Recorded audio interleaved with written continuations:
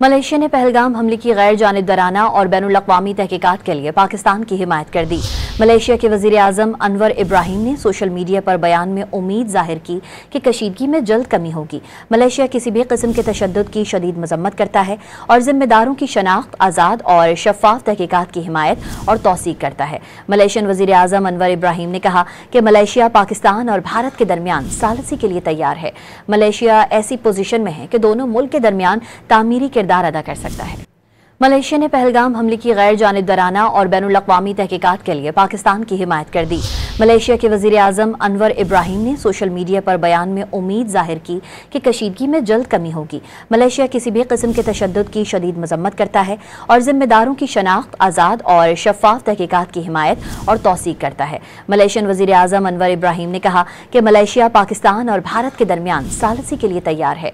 Malaysia ऐसी position में है कि दोनों मुल्क के दरमियान तामीरी किरदार अदा कर सकता है।